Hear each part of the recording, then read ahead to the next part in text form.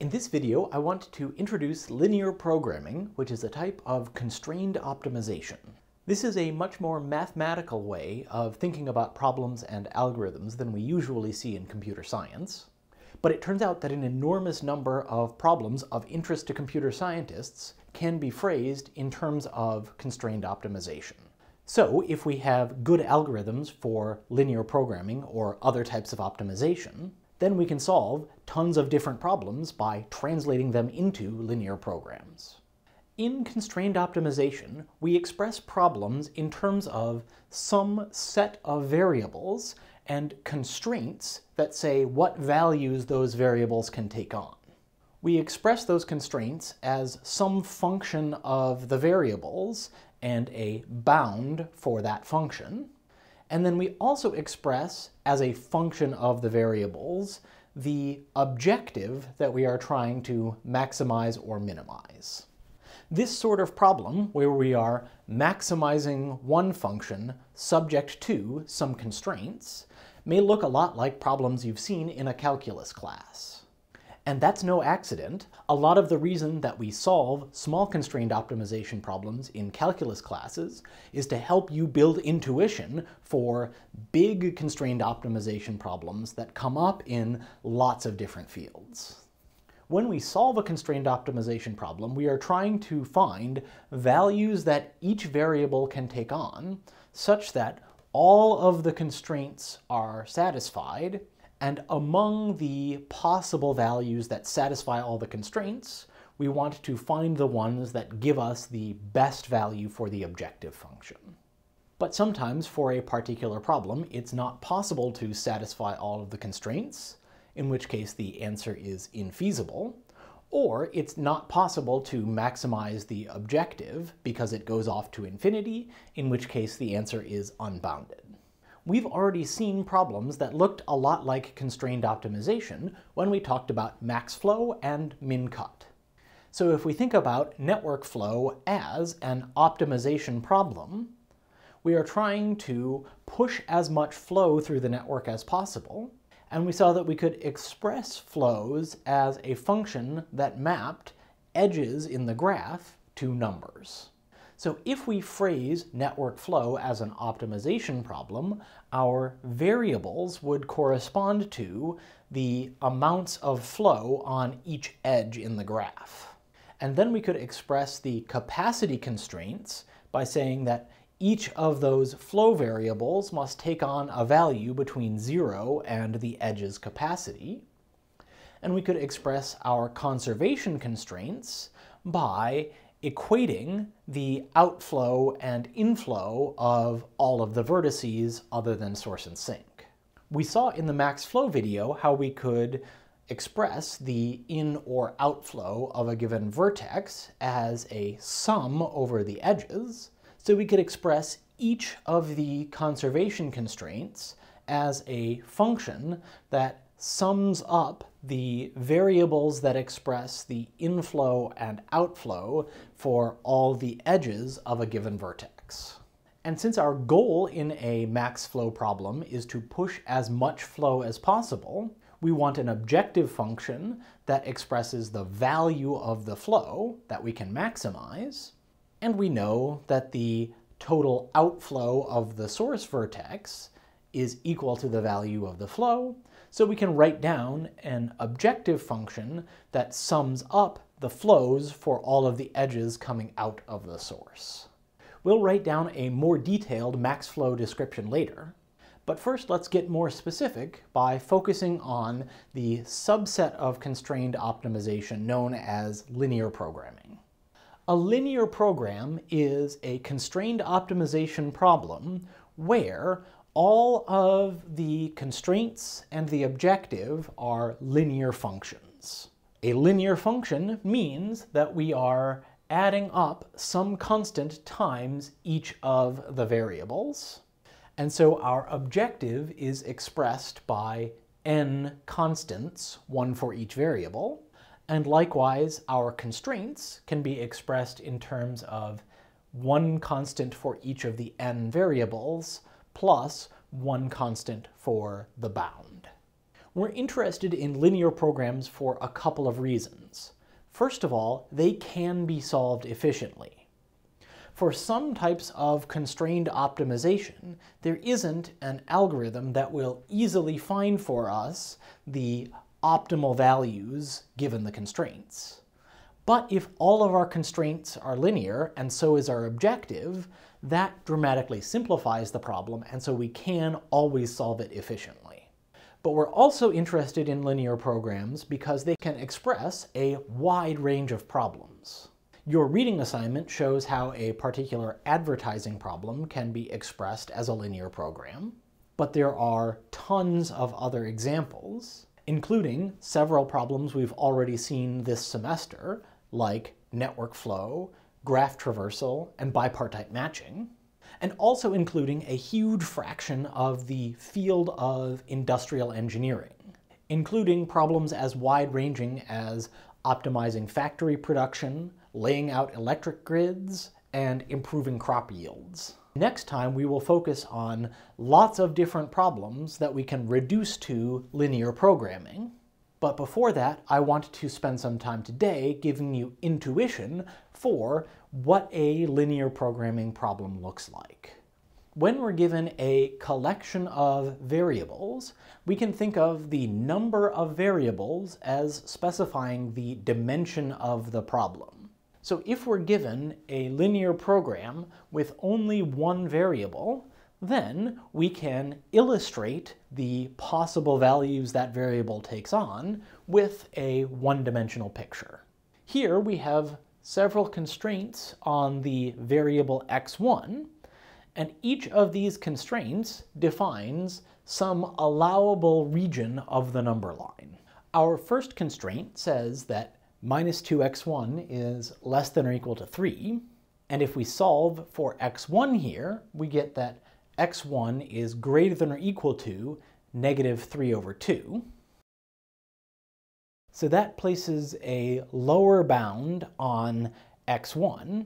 So if we can solve this linear program, the value of x1 will be on this half of the number line. When we solve for x1 in our next constraint, we get that it's less than or equal to 12 over 5.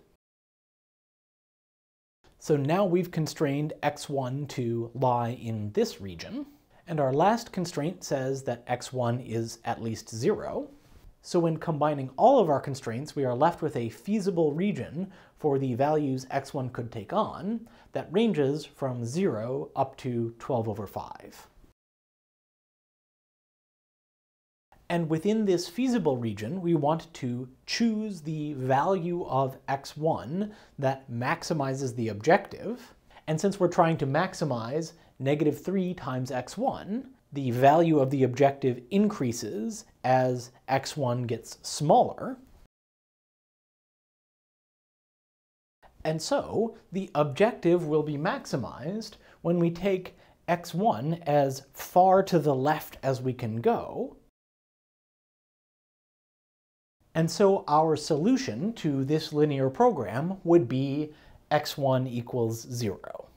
For our second linear program, we have two variables, and so we are working in 2D space, and each of our constraints will define some line in 2D space and a side of that line that the variables are allowed to be on.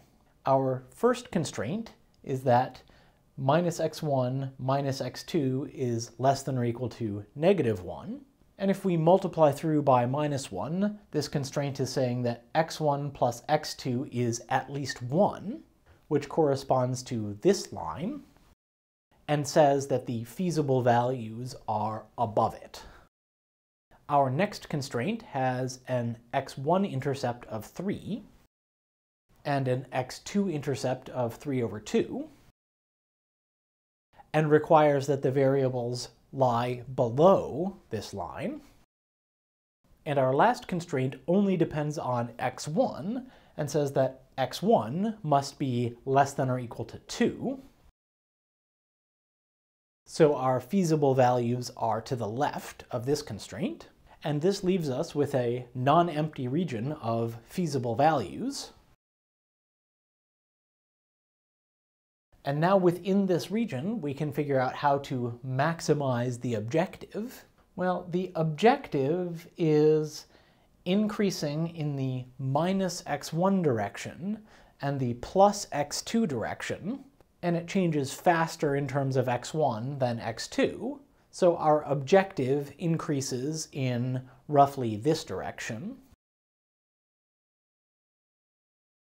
And so the point within our feasible region that is farthest in the direction of increasing objective is this one. And so our objective is maximized when x1 equals 0 and x2 is 1.5. So these settings of the variables solve this linear program. If we have a linear program with 3 variables, then our space of possibilities lives in 3 dimensions, and each of our constraints will specify some plane in 3D space and a side of that plane that the variables are allowed to land on. So overall, our feasible region will be a volume of 3D space, and our objective will be maximized at one of the vertices of that shape. Specifically for this linear program, we get an optimal solution of 1.8, 20.8, 1.6, which is a point in 3D space where 3 of these constraints are all meeting, forming a corner of the feasible region. If we generalize to linear programs with an arbitrary number of variables, then the dimension of the space in which we are searching is equal to the number of variables, and each of the constraints will cut the space in half into a portion that is allowed and a portion that is disallowed by that constraint. So our feasible region will be an n-dimensional hypervolume bounded by n-1 dimensional hyperplanes. Visualizing an n-dimensional linear program is very tricky, but the idea that we always find the optimal at a boundary of the space, in particular some vertex of the feasible region, generalizes to any number of dimensions. And this suggests a first idea for an algorithm to solve linear programs, which is that we could somehow compute the vertices of the feasible region and search among those to find the one that maximizes the objective.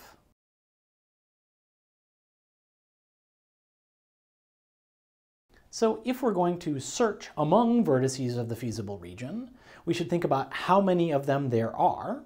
Well, in 2 dimensions, we have a potential vertex whenever 2 of our constraints intersect. Some of the intersections between constraints are not vertices of the feasible region because they are ruled out by some other constraint. But in the worst case, we could have a vertex of the feasible region for every single pair of constraints. If we generalize this to 3 dimensions, then if we pick out any 3 constraints, those have an intersection point, and that could be a vertex of the feasible region. And in n dimensions, for every size n subset of the m constraints, we have a potential vertex of the feasible region. So because we have a vertex for any choice of n of the constraints, we have m choose n possible vertices, and so we have a number of possible vertices that grows exponentially in the number of constraints and variables. And this means that exhaustively enumerating all of these intersection points and checking whether they're feasible and what objective value they give is not a source of an efficient algorithm, but maybe we can do a more intelligent search over the vertices, and that's the core idea behind the simplex algorithm.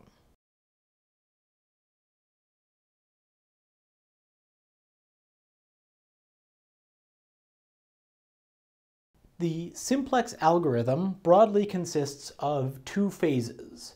First is finding one of the intersections between constraints that is a vertex of the feasible region. And then from one vertex of the feasible region, that will be at the intersection of several constraints.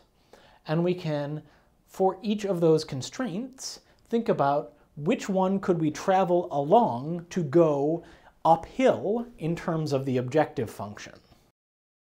In this case, if we started from this vertex, then we could go along the x1 is greater than or equal to 0 constraint to increase the objective.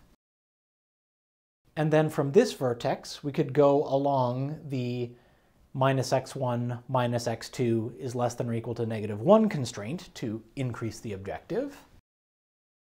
And then from this vertex, we could go along the x2 is greater than or equal to 0 constraint to increase the objective. At which point we arrive at a vertex where there is no direction that we can go to increase the objective, and so we have found the maximum value of the objective within the feasible region. There's a lot more detail involved in how to find the first vertex and how to compute the next vertex that you move to. And if those details sound interesting, you can read lots more about the simplex algorithm. And in addition, Davidson has an entire class on linear and discrete optimization that you can take to dive into this in much greater detail. However, for our purposes, in terms of designing and analyzing algorithms, we will simply take for granted that algorithms to solve linear programs exist, and we will use those algorithms as a magic box, where if we can translate some other problem we want to solve into a linear program, then we can use a call to the linear programming black box as a step in an algorithm to solve some other problem by reduction. So if we want to convert other problems into linear programs, we should standardize on the type of linear program that we are going to create.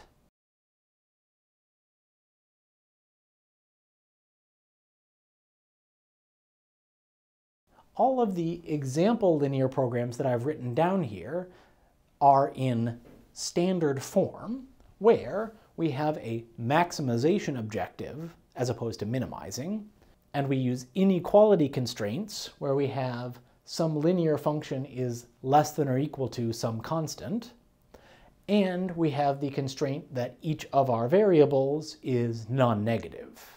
In principle, we can have linear programs with a minimization objective, or an equality constraint, or a variable that can go negative. But if we have those more general types of linear program, they could be translated into standard form.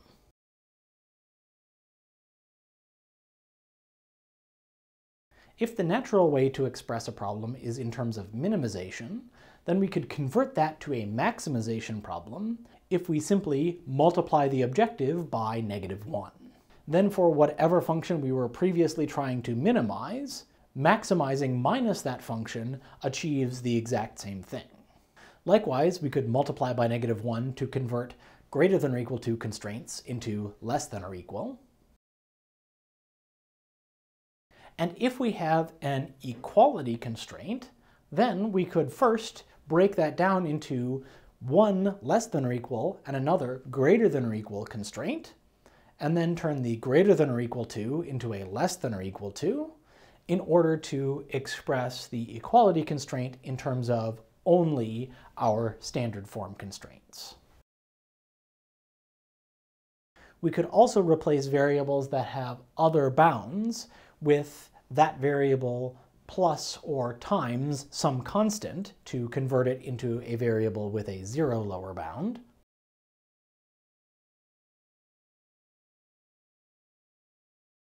And if we have a variable that in the original statement of the problem is completely unbounded, say that x2 could be anywhere from -infinity to +infinity, then we could replace x2 with a difference of two variables, both of which are constrained to be non-negative. We'll talk more about these conversions and see some examples in class. But for now, I'd like to practice expressing a problem in standard form by writing out a standard form linear program for max flow.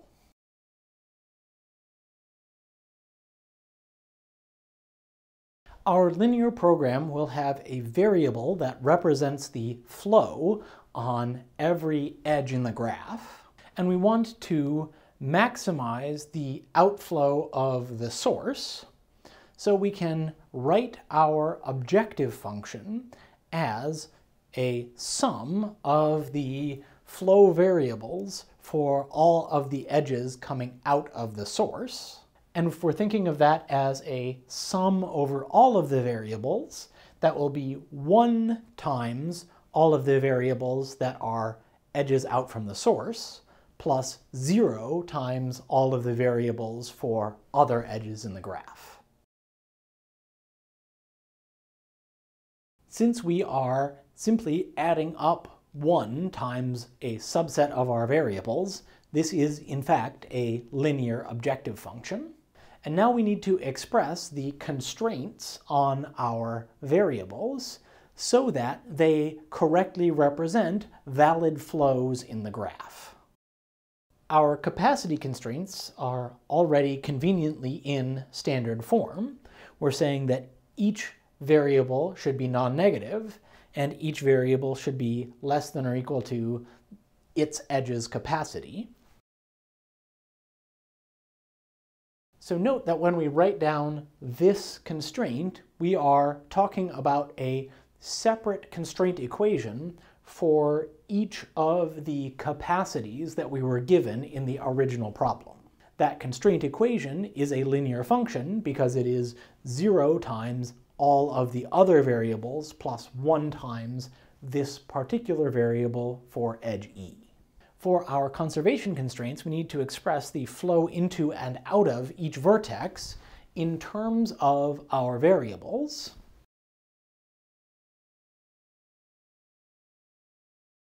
So we would like to constrain that the sum of the inflows to vertex V is equal to the sum of the outflows for all of the vertices except for the source and the sink.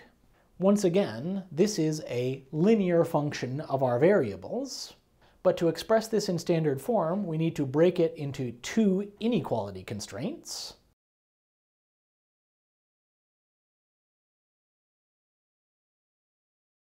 Then we want to turn this greater than or equal to constraint into a less than or equals constraint, which means multiplying by -1. And now we want all of the variables on the left-hand side and a constant on the right-hand side. So we can add or subtract the sum to move it over to the left, which gives us 2 standard form constraints for each of the vertices other than S and T in our max flow problem.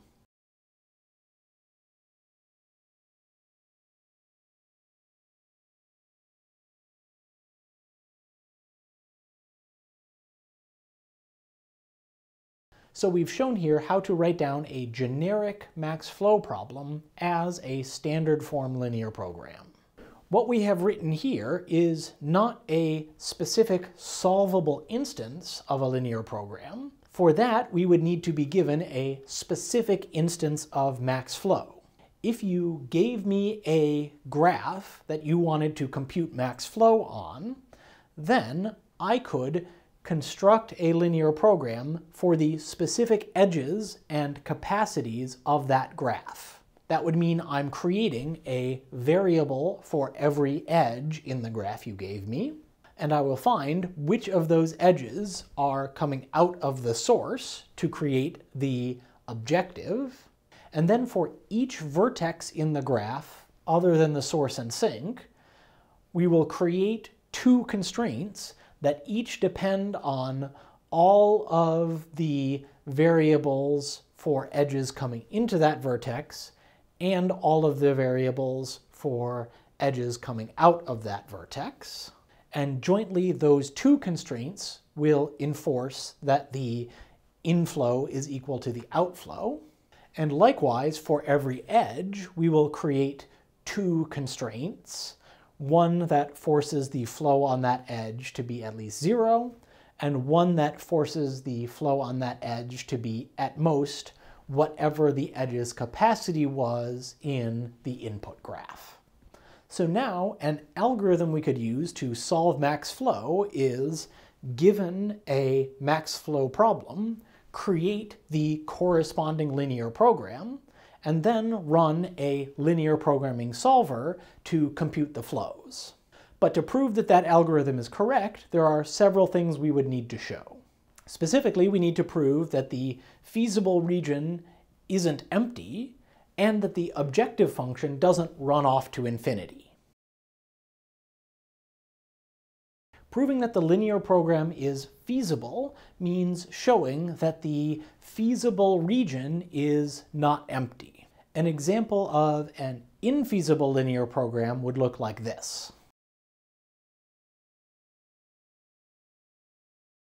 If we had constraints saying that x1 plus x2 have to be above this line, and also they have to be below this line, and we're in standard form, so both x1 and x2 must be positive, then the feasible region for this linear program is empty. There is no solution that meets all of the constraints. So in order for our linear program to produce a solution, there must be some actual feasible values, and so we would want to prove that there is at least something in the feasible region. In the case of our max flow linear program, we could prove that the feasible region is non-empty by showing that a value of 0 for every variable satisfies all of the constraints, which rules out the possibility that there is no feasible region. An example of an unbounded linear program in 2 dimensions would look like this.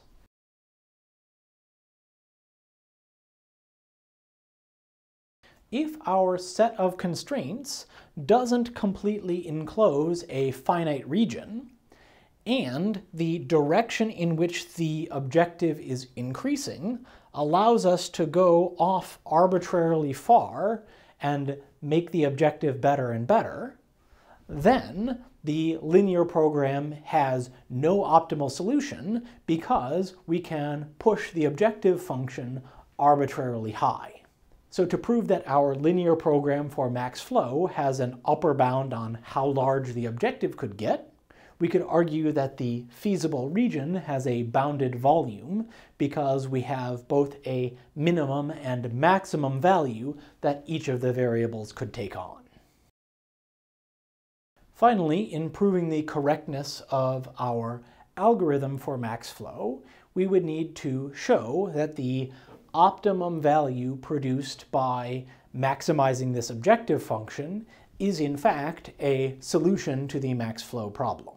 Specifically in this case, the tricky part of that proof is arguing that we will always get an integer amount of flow. Recall from last week that we defined a flow as a mapping from edges to natural numbers, and so we said we needed an integer amount of flow on each edge. And so we would need to argue that when we maximize this objective, subject to these constraints, the result will always be an integer valued flow, or at least, if not, if we get back some answer that has fractional values for some of the variables, then we at least have some way of converting that into a valid answer for our original problem. For the specific case of max flow, the integer constraints might actually seem somewhat artificial. Really, the reason we imposed them was to make sure that Ford-Fulkerson had a finite runtime.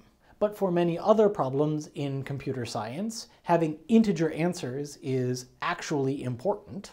And so a key step in proving the correctness of a linear programming algorithm would be arguing that the result you get must have integer values for all of the variables. If you can't make that argument, and you instead need to enforce that the results are integers by giving additional constraints, then what you have is no longer a linear program, but rather an integer program. And integer programs are, in general, much harder to solve.